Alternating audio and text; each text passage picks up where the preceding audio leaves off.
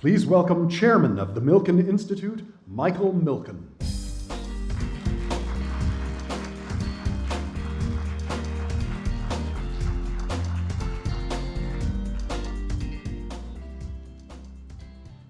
Good morning. It is May 8th, 2024, and we're here in Los Angeles for an exciting program to start the day. In 2025, we will open the Center for Advancing the American Dream in Washington, D.C. And what is that dream? What is that dream that's attracted millions of people to come to the United States over the years?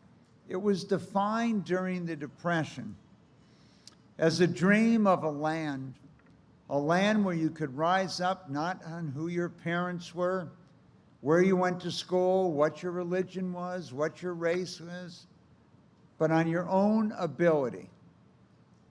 The dream of a land in which life should be better and richer and fuller for everyone, with opportunity to each according to your ability and your achievement. We've recently done a study and surveyed, as many others have, how do people feel about whether they can achieve that dream in America? And we looked at it by race, we looked at it by education level, we looked at it by age, etc. And no matter which group you looked at, you saw that 70 to as many as 90% of the people in America felt they were either on their way to the American dream or they have achieved it. And so our hope and the symbol of the 6-building complex will be opening, and we will be opening in 2025 at the same time that we will be focused on the beginning of the celebration of the 250th anniversary of the United States in 2026. So we're going to kick it off with celebrations at the center, across from the White House and the Treasury, in 2025. There has been significant questions today in America when we see what is the knowledge of young people, of civics, of the history of the country, of whether we would be stronger if we had 1 year of service, bringing people from throughout the country to serve the country. Many years ago, many of you remember, the Peace Corps was an answer to that. Bringing rich and poor together, bringing people from different parts of the country together, and so a chance to get reinvigorated in the history of our country. A country to the rest of the world looks at as an opportunity. As the surveys in continents around the world show, in sub-Saharan Africa, depending on the country, 70 to 80% of all people believe in this ideal of the American dream, of upward mobility for their country. It might be the Zambian dream or the Nigerian dream or the Kenyan dream. In South Asia, India, etc., they believe in that dream, that the ideal of the American dream is also the Indian dream. And the place that it ranks highest of all is in Southeast Asia, where up to 90 or 95% of the people believe their country's dream mirrors the ideal of America, the ideal of this chance for upward mobility in the world. So that is our goal. Today's session will be moderated by Jim Gray, and we will have Olympians from the Winter Olympics, from the Summer Olympics join us, and Rosie Rios, who was the Treasurer of the United States and is in charge of our efforts for the 250th anniversary of the United States join us, and Gianni, head of FIFA, the worldwide effort where 4 to 5 billion people will come here in 2026 for the World Cup. At the same time, we are celebrating the 250th anniversary of the United States. I was in Philadelphia in 1976 for the 200th anniversary of the United States, and it was headquartered just within a couple blocks of the Liberty Bell, reminding us what was the mission of this country, opening its arms to immigrants from around the world and serving as a symbol of hope and opportunity and that ideal of the American dream. We look forward to you joining us in 2025.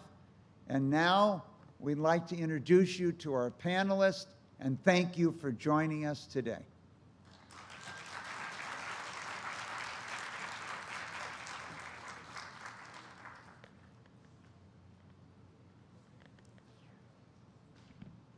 Please welcome the panel on America 250, Reinvigorating the American Dream Through Sport, Celebration, and Education, moderated by sportscaster Jim Gray.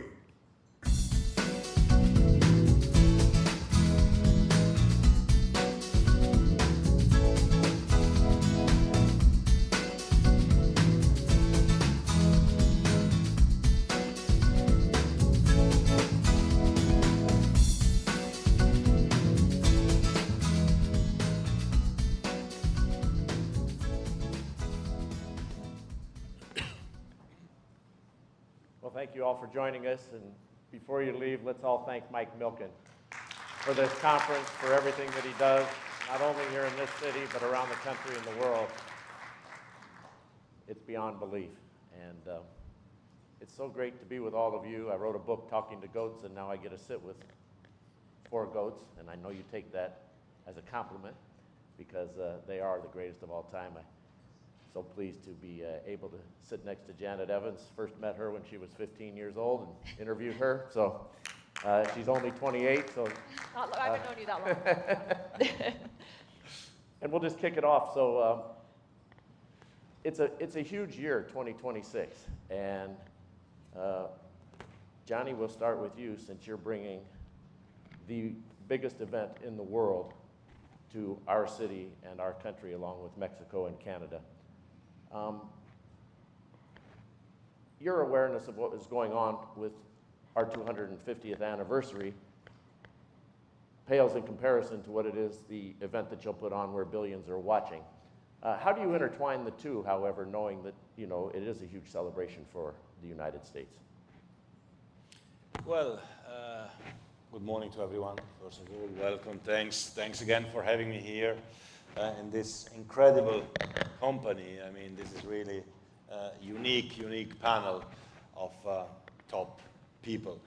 And top people have to discuss, of course, and debate about the top event which will happen in the next few years. So when we learned that in 2026 there is the 250th anniversary of the United States, we thought, well, you know, you have a celebration, we organize a party. So we will bring between 5 and 10 million people to the United States. We will have 4, 5, 6 billion people around the world watching and tuning into the United States. And during June and July of 2026, the world will come to the United States for the World Cup, but also to celebrate this beautiful country, to celebrate its 250 years. In all 11 host cities in the US, there will be 3 in Mexico and 2 in Canada as well, which are part of the celebration because football unites, soccer unites, we bring everyone together, and we celebrate together. And it will be unique because there is no other event that can bring so many people from so many parts of the world to one country to enjoy something. Also, these people, they want to come here to celebrate, to enjoy, and that's what we'll give them. And on the 4th of July, 2026, we will have a game in Philadelphia. Micro's not working. This one, yes. Want to repeat? That's it. I finished. I repeat everything. So, Rosie, do you take advantage of that as you're the chair of the 250th anniversary of our country, and you got... Absolutely. I'm doing all your work. Well, thank you. First of all, thank you, Gianni, for picking our great country for this very historic milestone. And I see this really as a culmination for all of us, really, that, first of all, it's no accident that this is happening at the same time. But to think about the history of our country, turning 250 years old since the signing of the Declaration of Independence, really provides us opportunity for all of us to think about kind of what sports does to contribute to our history, but also what it does to inspire this next generation of leadership. This is as much about the future as it is the past. So this alliance, if you will, of having the 250th anniversary of our nation in 2026, along with the World Cup in the US in 2026, along with the Olympics in LA in 2028, this is really for all of us just a really seminal moment of thinking about, again, how to take this journey together as a country and perhaps with this global platform for the very first time. And I can't think of anybody more patriotic than Janet Evans, because she had the greatest honor of life, and it's a memory that is emblazed and permanently etched in all of us when she handed the torch in Atlanta in 1996 to Muhammad Ali, who welcomed the world to the United States for the Atlanta Olympics. It's probably the greatest moment that I've ever seen in sports after 47 years. And now Janet, four-time gold medalist in numerous Olympics, is working on LA 28 with Casey Wasserman and everybody involved here. Is there a patriotic feeling that is being somewhat diminished through the course of time that you all can help reignite? Yeah. Hello, everyone. Good to see you. Thank you, Jim. I have known you for about 10 years, so not that long. So yes, oh geez, sorry. I think when we think about the Ali torch pass, that moment meant so many things to so many people. And more than anything, it did unify our country in '96 on that evening in Atlanta. And there's nothing, well, maybe World Cup, but the Olympics and Paralympics are a very unifying event. And with Atlanta being our last games, the games coming home to Los Angeles in 2028, I think is an incredible opportunity for all of us to remember what our country is and what our country represents and what opportunities we give to people. And there's no peacetime gathering larger than the Olympic and Paralympic Games. And to bring that home to Los Angeles, to a city that already breathes the Olympics. Some of you probably took Olympic Boulevard to get here today. So yes, I think we understand the importance of patriotism as we plan our Olympic and Paralympic Games, and we believe that we are a unifying force, coupled on the heels of our 250th anniversary and the World Cup being here. I do believe that it's an incredible opportunity for us, and we talk about it a lot. And the torch will be passed. In all likelihood, we don't know yet after the IOC votes, and Lindsey Vonn is just an eight-time World Cup, the most record World Cups, and Olympic gold medalist in 2010 in Vancouver, and working with Utah and Salt Lake and bringing the Olympics back to 2030. It's not an official announcement yet, but most of the competitors have dropped out, so the vote will come. So there's a procession here if you look at what goes on, 26, 28, and 30. Lindsay, that's a long time frame for people to look forward to, and athletes are usually in the moment. How do you get people to focus on something so far away and remain in that moment, which you've been used to doing by skiing all the time? Well, actually, when I was 9 years old, I met my idol, Peekaboo Street, and she inspired me to want to be an Olympian. And shortly after that was the announcement of the 2002 Olympics. So I was 9 years old, and I was looking all the way to 2002, which was almost 10 years in front of me. And that's what I was dreaming of. So to me, having the 34 Olympics in Salt Lake, if we get those games, that's not a long ways away. And what 26 and 28 are going to do is inspire a whole lot of athletes, a whole lot of kids to want to be in the Olympics. And I think this movement, what we're seeing with women's sports as well, is only going to be magnified by the Games and by the World Cup. So I'm excited for 34, hopefully. But for me, it'll be a full circle moment. And just going back to the American dream and what I think, you know, that means for us and having the Olympics. I remember 2002, it was right after 9/11, and that was my first Olympics. And I walked out into the opening ceremony, and it was the most unifying moment I've ever experienced in my life. And I think it's very rare that we are able to have those experiences and come together without politics and to really unite. So I think, you know, what's going to happen for the United States in the next few years is going to be really incredible. And if I can just make one more point, just kind of threading this needle here, we all know what sports does for our kids, but let's take one more year before that. We all remember when President Bush threw out the first pitch at the first game of the World Series post 9/11. What a healing moment that was for all of us, and that sports was that thread for us. You know, I had a chance to meet with President and First Lady Bush actually last Monday in Dallas to brief them about our plans for America 250, and they could not be more pleased. And let's not forget, in 2026 is the 25-year anniversary of 9/11. So that is going to be at the forefront of how we're thinking about our commemoration and our celebration. Tremendous moment, and I was honored to be able to do the documentary and produce the documentary with President Bush, that you can all watch, called First Pitch. It's not political.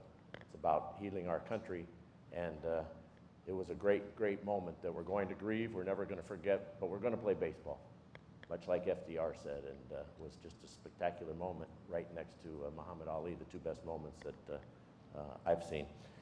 So, Johnny, we talked about it a little bit the other day. Women have been at the forefront in our country of moving soccer's needle. Okay, soccer has trailed way behind the world in this country, as you're well aware of. But it's been the American women and the American women's soccer team that have spurred the youth, maybe because of their results, but also they've just captured the imagination. Can you speak a little bit as to what that has done for the women's soccer movement around the world through the American women?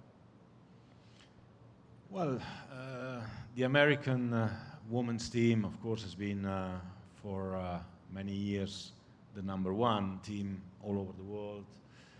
Incredible athletes, World Cup wins, but also infrastructures in schools, colleges, which have really no equal. I mean, I visited some of them. I was personally very impressed, including here in UCLA in Los Angeles.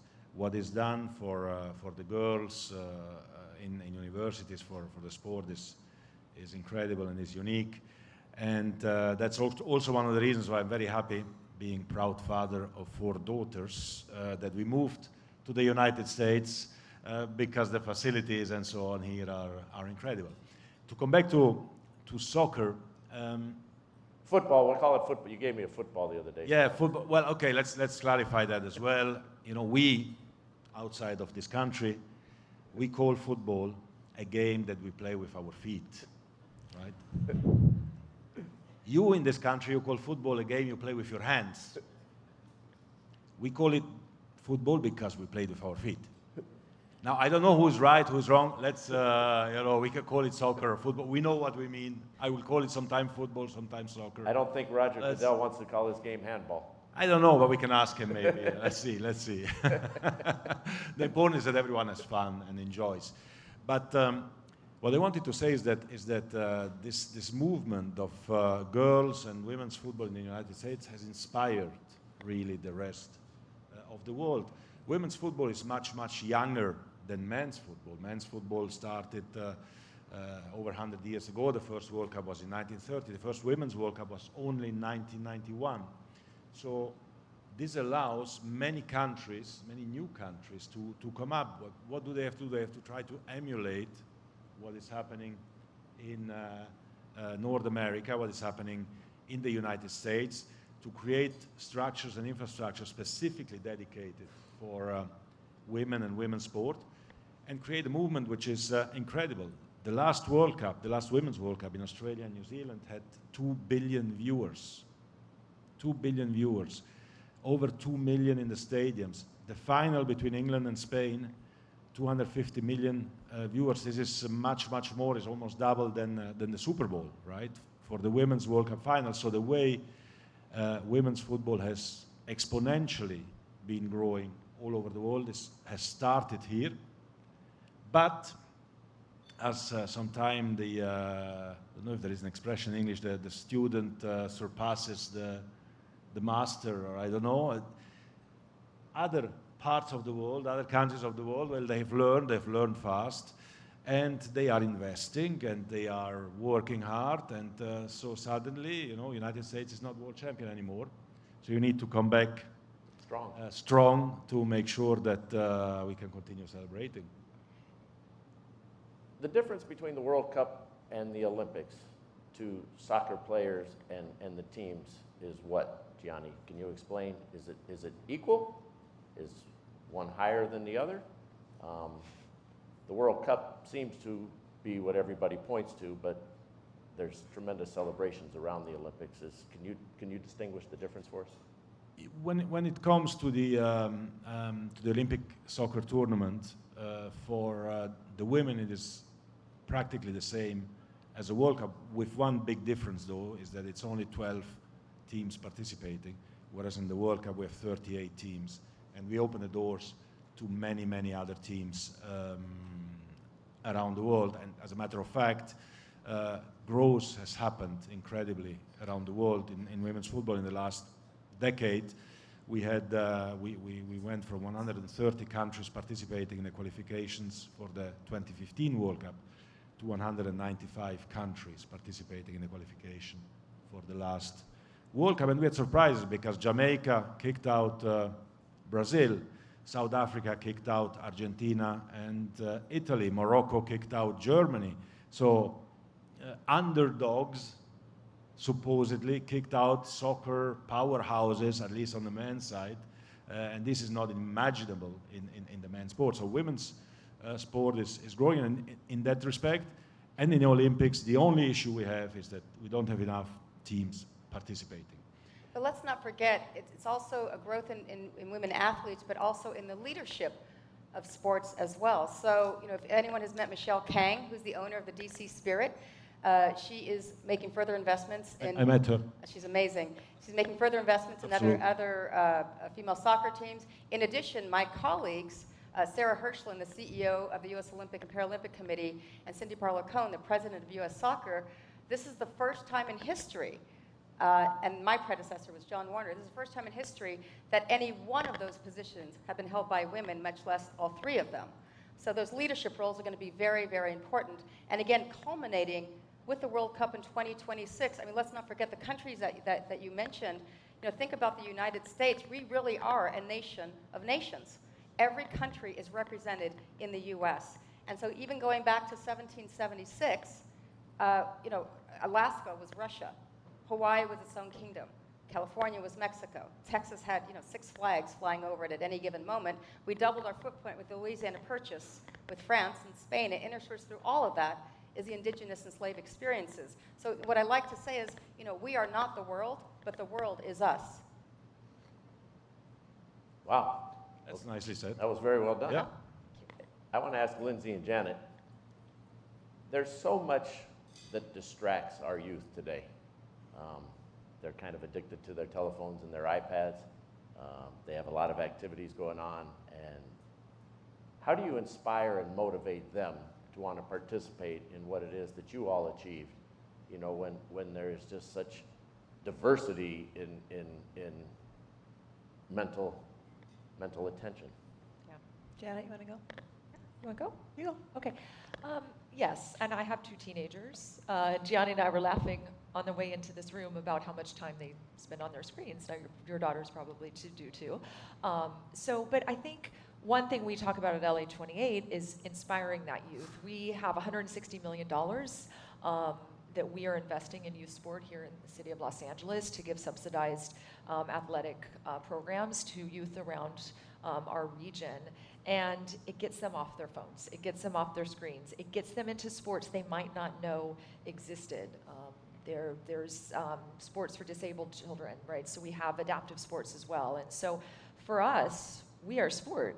And our job is to get athletes and young people, like Lindsay talked about, that are going to be inspired to not only be Olympians and Paralympians in 28 and 34, but not every kid's going to be that person, but they're going to be inspired by what the Olympics and the Paralympics bring to our regions and our country.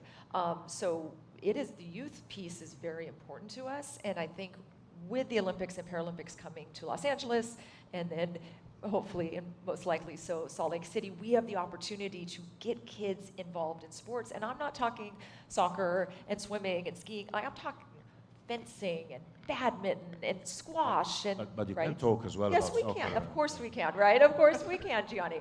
But we also want to introduce these young people to sports they might not have ever known about or thought about. And I think that's what's so great about the Olympics, different than the World Cup.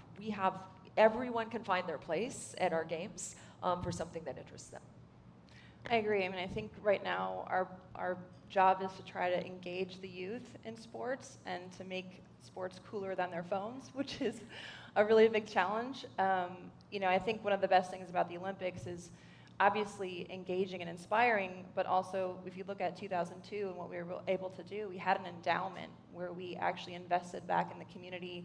We brought in kids from not just the United States, but many countries, and provided them with a safe space to participate. And because of that, we had the most amount of Olympians in the last Winter Olympics from Utah. So if you look at what we're able to do with that inspiration, that will continue. That's a snowball effect. So I think it is very challenging to engage them. If you've read the book, The Anxious Generation, talks about how difficult it is to get kids off of their smartphone, and how the increase in depression, anxiety, and suicide has risen drastically because of smartphones, and why the kids are actually using them for sometimes 9 hours per day. So I really believe in the Olympic movement. I believe in sports and what they're able to do for the next generation, and I'm hopeful and excited for what we as a group can collectively do together. Johnny, how has the technology changed soccer? Not too much, because it's still the simplest and easiest and best game ever. You just need a ball, you kick the ball, and you play soccer, which is probably one of the secrets why it is really the number one sport all over the world. So the addiction to the telephones hasn't changed that at all? It hasn't changed it, not at all. It has an impact, of course. I mean, technology generally. We introduced VAR, everyone knows, the video assistant referee, so now the matches get stopped for the referee to check if it was penalty or goal or whatever. But the feeling that I have is that soccer, and it goes also for other sports, and maybe as well for music, are some of the few activities, social activities that we still have, where people, especially young people, don't just watch their phone. Today, if you go to a restaurant and 4 people sit on a table, everyone is watching their phone. People are not even speaking with each other, right? But if they go to a football game, to a soccer game, or even if they watch a game on TV in a restaurant, they are all excited about the game. They comment the game, they speak with each other, they live something together, an emotion, a shared emotion. I think this is what we need to foster. That's why we need events. That's why we need to bring people together from all over the world. And suddenly you have people who start to speak to each other, to know each other, and we can see, well, actually, this other person from this other part of the world, he's not so bad, or she's not so bad as described, right? And this can happen only, I think, in our modern society when we have a big event, like a big sporting event, the Olympic Games, the World Cup, which really brings millions of people from all over the world. They come already with the right mindset, because they come here to enjoy, and we need to be the best hosts of the world, and that's what we can do here in the United States, right?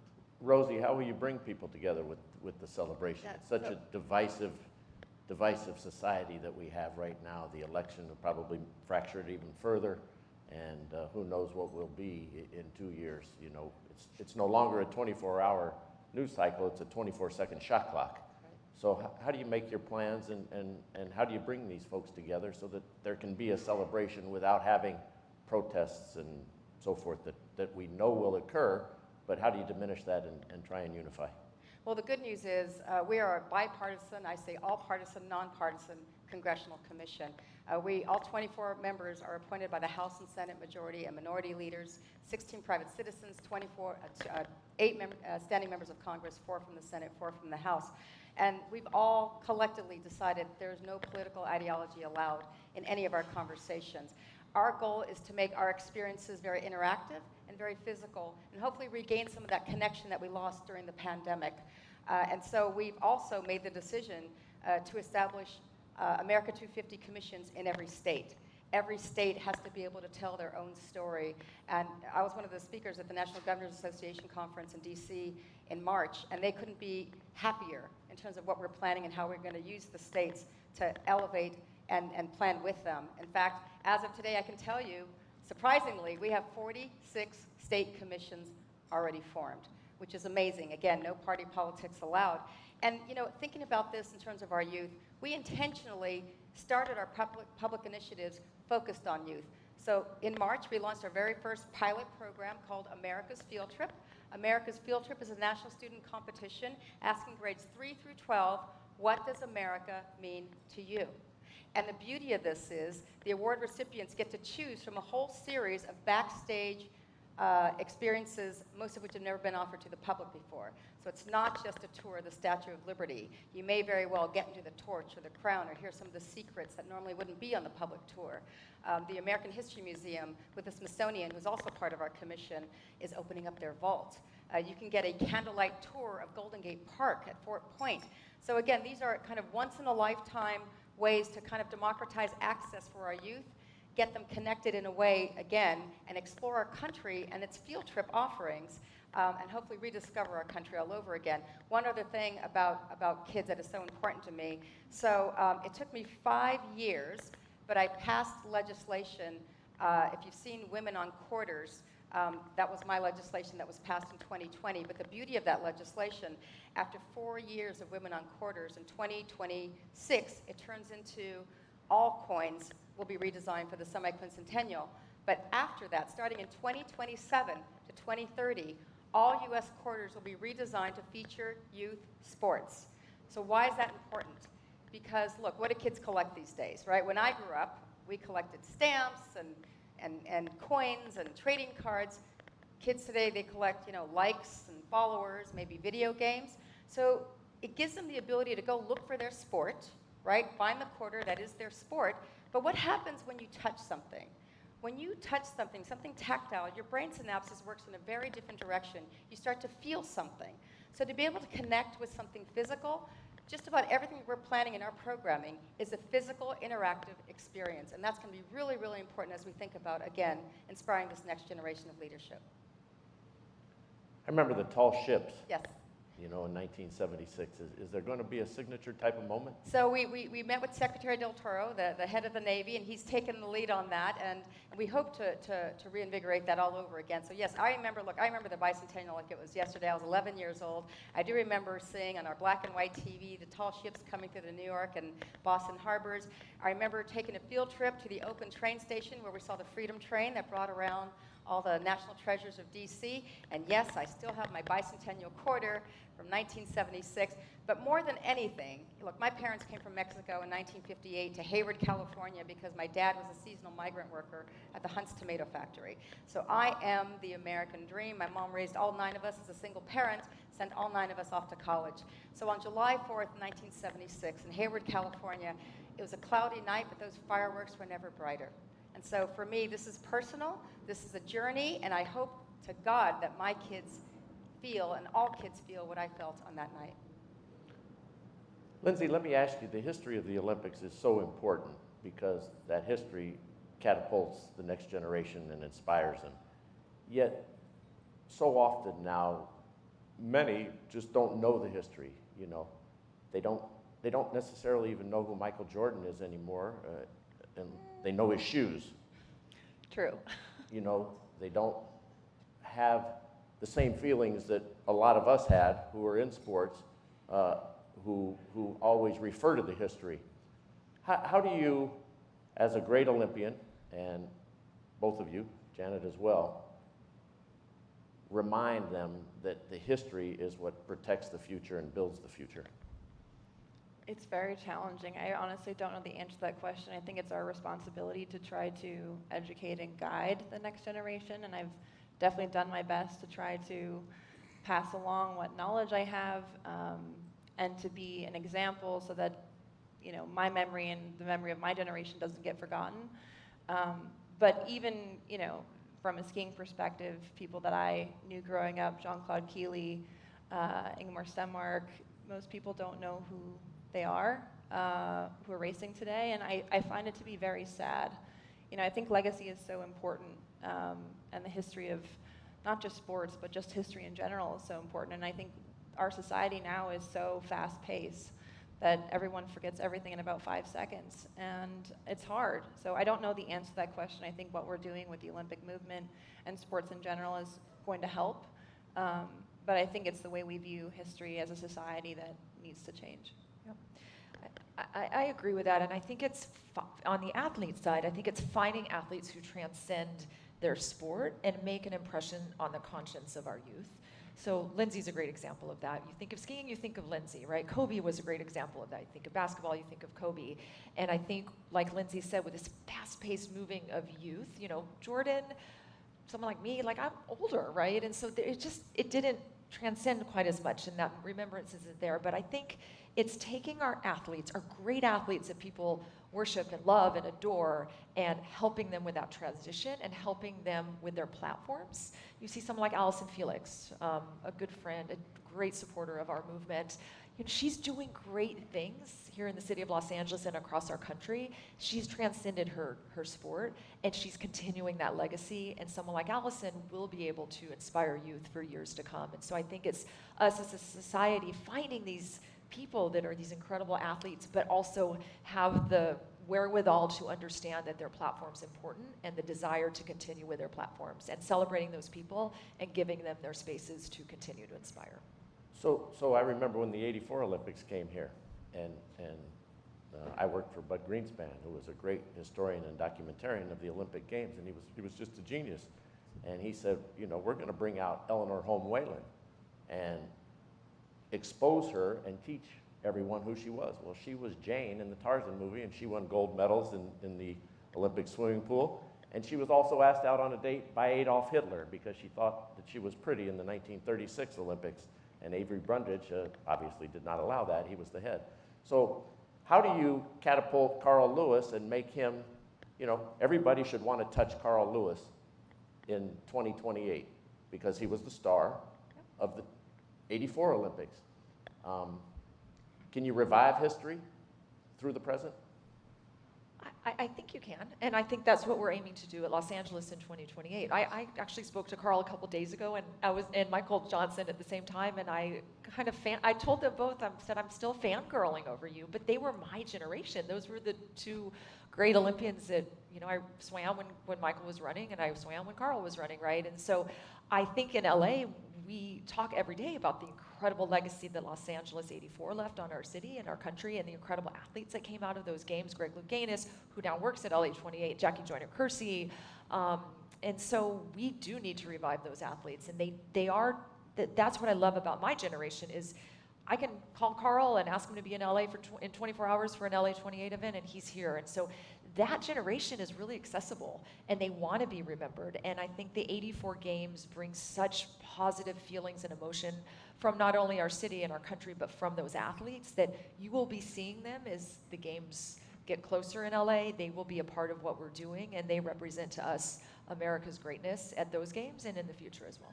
And Johnny, can you speak to administrators? Because without Peter Ueberroth, there just wouldn't be the Olympics. He changed the paradigm because he brought in corporations, and he made other than government pay for these games. And there's still a surplus which all of the kids in Los Angeles are benefit and benefactors of because of that surplus.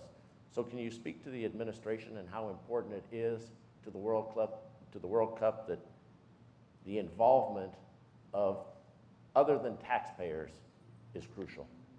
Yes, definitely. I mean, let me just say one word as well about the athletes, and we have here some wonderful athletes on the podium, and the importance to tell to the younger generation who they are and what kind of role models they are. When I became president of FIFA, former players would not be part anywhere in the FIFA movement. So I created a new movement which we called the FIFA Legends, and it was actually quite fun because I then realized that for any normal person, you know, like us, I mean, when you stop working one day, you will be an ex-presenter, I will be an ex-president, or there will be ex-lawyers, ex-policemen. These sports people, and especially speaking about football people, soccer people, they don't become ex-soccer people, they move into the status of legend when they stop working, right? And you present them to the world, and you give so much and so many emotions all over the world. And when you speak about Carl Lewis in 1984, one of the things that we need to realize, Lindsay, whatever, is that these personalities are examples not only in their country, but global icons, global example, and we have to use their impact in the education of children all over the world. So this is something that we really need to focus and need to work on together. When it comes to the question about the investments and the growth of the game, I think it is important to get the private sector as well involved in the growth of the game. I speak about soccer. One of the things that I could not understand coming here in this country is that children have to pay to play. After It's crazy. After our session, I had a father on Monday who came and approached me. You know, I have two daughters. They are young. They are pretty good, but it cost me $25,000 each a year to play soccer. And not many families can afford that. It's right. I mean, my parents would not have been able to afford that. Well, it's not because of that I didn't become a professional. It's more because of my incredible skills. But we need to give opportunities to children to play soccer or other sports for free. And to do that, we cannot just ask government to fund. We have to engage the private sector. This is what happens in Europe when it comes to the soccer teams, to the soccer clubs in every single village. It's, you know, the local restaurant is financing the jersey, the local lawyer who has a bit more money, he buys the shoes, the mother of one washes the jersey. So, and it works. And it works because you create a community and you give opportunities, and it's the most important element. You give hope and joy to so many children around the world, and we cannot ask them to play. And then in a country like this of 350 million people, I mean, the sky is the limit in terms of talent, in terms of opportunities. So invest. We've got just a few minutes left. If you see this QR code that just came up on the screen, it's a chance for you to speak to these great Olympians and Treasury Secretary and the head of FIFA if you have any questions. Go ahead and fire them away, and I'll look at my iPad, and while you do that, we'll just go down the horn here, and we got 26, 28, 26, and 30. Is everything ready tomorrow? Start, Janet. Are you ready for the Olympics? How are things? In other words, are the plans in pretty good shape? So we were awarded our games in 2017. We started the bidding process in 2015. So we have like Lindsay's team will have in 2034, a very long runway. And also like Lindsay's team, most of our venues are built. So we have no new builds. We will be obviously doing temporary overlay for some of our venues, but if you think about the embarrassment of riches that Los Angeles has, you know, we bid for our games without SoFi even being in anyone's mind. And so, you know, one day, you know, here was SoFi Stadium sitting in front of us to add to the plethora of stadiums we had. So you think about, you know, the Coliseum will be used in Los Angeles. The first time a stadium will be used 3 times in Olympic Games. Also, the Rose Bowl will also be used for a 3rd time to host football/soccer. So, you know, we from SoFi to Crypto.com to the Convention Center to Galen Center at SC, you just think of everything that we have here. So the answer is yes, we are rolling along quite nicely. My boss, our chairperson, Casey Wasserman, always said to us, starting in 2017, the one thing we're going to want more of in 2028 is time. So it's interesting for us that we're only 4 years away, because we've been doing this for almost a decade now. So things are getting real, things are getting exciting. We are very much on track and feeling really good. Johnny, America ready? Yes, America is ready. We are ready. We are working hard. We moved to America. We opened an office in Miami. We are here to stay, actually. We are here to make soccer the #1 sport in this country as well. This is a warning to everyone, because every child plays soccer, but as you say, but they watch football. So we have to change that, because we bring the best football for them to watch here in their country. And the World Cup will be 104 games, 104 Super Bowls in 1 month. Super Bowls because the stadiums will be full, 80,000 people, everywhere we play. But not only a stadium, the city will be full, because in the cities you will have another couple of 100,000 fans who didn't have a ticket but who still want to experience the World Cup all together in a festive 250 atmosphere. The world will be united in the United States. Repeat what you said the other day, because it was just so fascinating. You said 104 Super Bowls, but you also said, what's the average audience of any single game watching during the World Cup? Yeah, well, the average audience is around 150 million, average. And when you think that it's 110 or 120 million for a Super Yeah, Bowl, more exactly. people are watching whoever is playing than a Super Bowl. No, but you don't understand. I mean, I say Super Bowl here in America, Yeah, but it is a Super Bowl as well in those 2 countries where who play in that particular game. It doesn't have to be the finals, any game of the World Cup, because in these countries, I mean, already you will have hundreds of thousands of fans coming to the US if they get a visa, and they will. But in addition to that, their countries, they stand still in a World Cup match day. They stand still. Everyone is watching the game. The audience is 70, 80, 90%. Nobody works. No crimes are committed. No, nothing. During a World Cup, everyone is, how should I say, nicer and happier.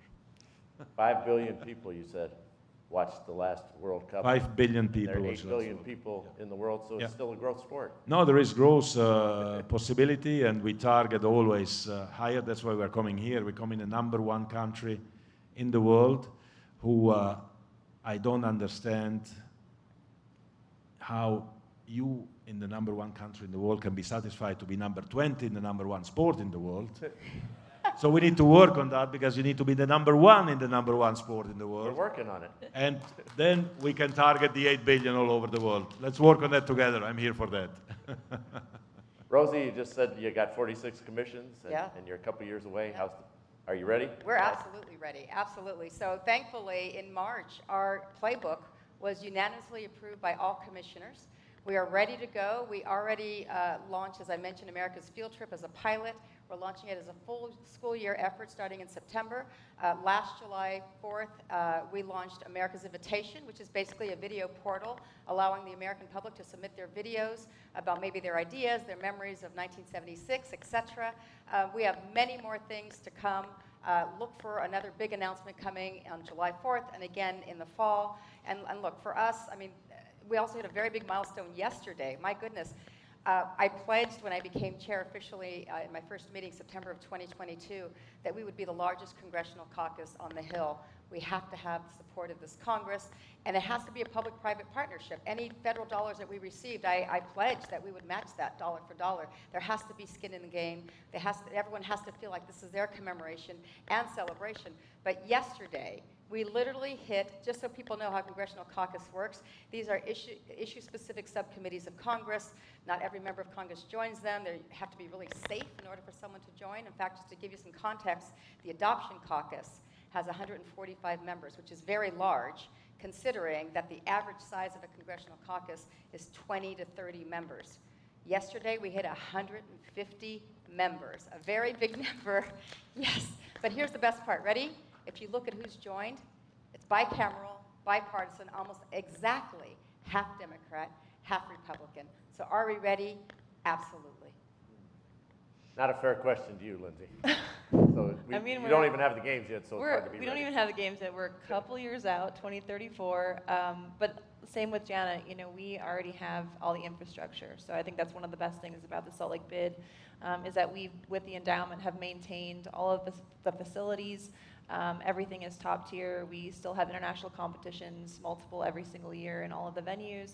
And one of the amazing things that we're actually creating for 2034, if we get the games, would be a family village, which is something we don't have to build, but no one has ever done that before. I'm a big proponent of involving the families. You would think that, you know, the families are the most important part of an Olympian, because without the families, the Olympian doesn't make it to the Olympics, and we don't give them enough credit or represent them well enough. So that's one of my jobs and privileges, to try to represent them better and creating this family village that will be next to the athlete village. So we have some questions, and we have a lot of them, but this one kind of jumped out at me. Johnny, what about watching live at stadiums, and it's becoming more and more expensive? Is there anything that can be done to keep this accessible to all people? That the sports, you know, the tickets are so high. We see it in all the events. It doesn't matter whether it's Taylor Swift or whether it's, you know, a soccer game or an NBA game.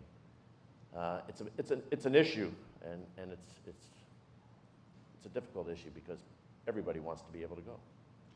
Yeah, it's a difficult issue. Everyone wants to be able to go, and one of the problems as well, if you make the ticket prices too low, then those who buy them, they resell them, right, at higher and higher prices. So you enter into another delicate situation of black market tickets. But I think what we have to do, what we try to do in FIFA at every event, and the IOC I know as well, is to always have a category of tickets reserved at low prices for local population, for those who have maybe less means and so on, so to allow really everyone to be part of the event.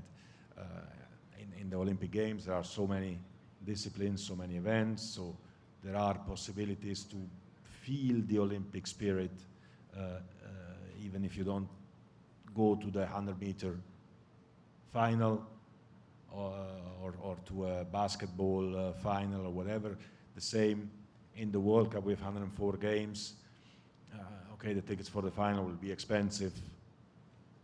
There will be other tickets which will be affordable, definitely, because we need to care about the fans. We need to care about the fans coming to the stadium, and we need to offer them as well a spectacle. I'm going to use part of a question, and I'm going to augment it and put part of the other in. What do you think that Caitlin Clark will do for women's sports overall? Because the WNBA has come to life with the Las Vegas Aces the last couple of years and a repeat champion, so it's been on a growth spurt. And now she comes in as a superstar. Can that spill over into skiing, into swimming, and into other sports that haven't gotten the attention because the WNBA struggled for a long time, and that trajectory now is going to go through the roof? Janet? Yeah, I mean, Caitlin Clark is incredible. We all know that. She's also very poised, and she's wise beyond her years to me. I mean, I think I forget how young she really is. So she is such a great example and messenger, not only just because she's an incredible athlete, because of the way she carries herself. She's a class act. So I'll start with that. I think the great thing about the WNBA that Lindsay and I probably don't have the same experience or chance is that it's on television a lot, right? And they get to keep playing, and there's always the next game. And I think it's tricky for athletes like Lindsay and myself, because we sit in the America's collective conscious for a few years, just during the games, maybe before and after, and then we go away for another 4 years. And so for us in our smaller individual sports, it's about getting on television, it's about being present, it's about being a part of something. But listen, people like Caitlin and the WNBA becoming even more popular does advance women's sports, but I think our journey and our battle is trying to get our females, our Katie Ledeckis, right, our Michaela Schifrins on television more and in the public, kind of conscious a little bit more. Well, it probably helps because we do have Katie Ledecky again. We're going to have Simone Biles again. So the repetitive aspect of this, you were in numerous Olympics. You've been in how many World Cups? So when we get familiar with people, we follow them and we want to watch them and we want to see their struggles and share the joy of the triumph. But Caitlin, as Janet just said, she's going to be on TV 35 times now, plus what we just saw. So how do you think that will help other sports? Well, I think it really comes down to television and how many people are watching. I know Mark Lazary talked on Monday here about the value of TV ratings and what those big contracts do for the athletes. The biggest problem with WNBA is that they didn't have the viewership and they don't have the attendance. So the economics didn't make sense, and that's why the people weren't investing in WNBA. But now with Caitlin, she's bringing the viewership, she's bringing the people. Most of the stadium, all of her matches I think are sold out. Same with in Dallas. The viewership, the attendance is all becoming there, which will equal more dollars for the women. The WNBA, they just approved charter flights for all of the WNBA players, which is amazing. But that will trickle down. I mean, I think in the past, it hasn't been proven that women's sports will generate viewership, which is why no one invests. But now they're seeing that that is not the case, and that will trickle down to Olympic sports, because skiing isn't even on television right now. But if we know that people are watching women's sports, I hope that that will change. Rosie, you have the final word. Yes, well, look, I think the operative word here is leverage. I think this panel has demonstrated that if we actually plan together, this isn't a one and done. We want to take this journey past 2026, past 2028, on to 2030, 2034, and make an impact and a legacy, again, for this next generation. And I think the way we wanted to end this particular panel is we wanted to show a video of how our American journey will hopefully influence that next generation. It's been an honor to talk to all of you. Thank you so much. After 247 years, you could say, I've seen some things. Building a democracy from scratch isn't easy. Or being home to hundreds of millions from everywhere on Earth. Fact is, there have been challenges since the very beginning. Uphill battles, setbacks, and injustices. But Americans, we got grit. We fight for what we need. And what's right.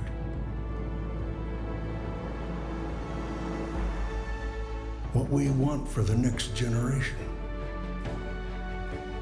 We take care of each other when it gets rough. We inspire each other. Innovate together. Get the job done.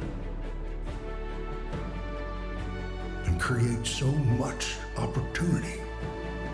Heck, that's probably why folks have been inspired to come here for so long. And now, we've got a pretty big anniversary coming up.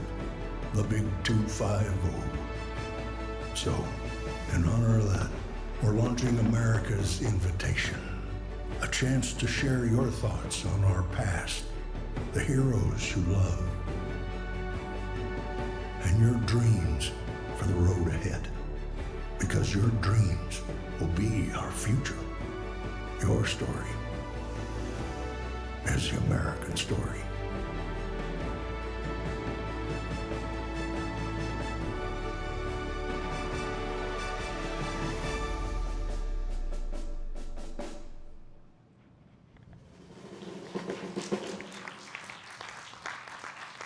Great video, great panel. Thank you to you all. It's been an honor. Appreciate it.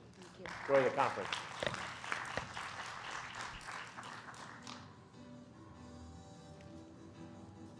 We hope you enjoyed the discussion. Please make your way to your next session.